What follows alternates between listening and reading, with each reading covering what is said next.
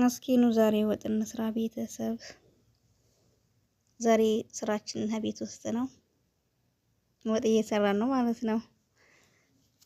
አሰላሙ አለይኩም ወራህመቱላሂ ወበረካቱ። ውድና የተከበራችሁ ውድ የሙኑር ቤተሰቦች ሰላም ሰላም፣ እንዴት ናችሁ? ደህና ናችሁ ወይ?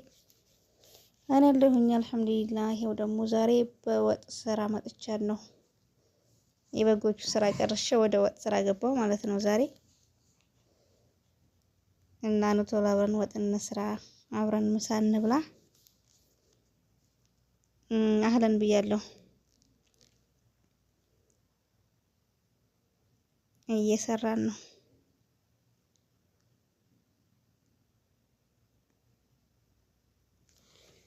እና አብሽሩ ውዶቼ፣ መልካም ውሎ እላችኋለሁ።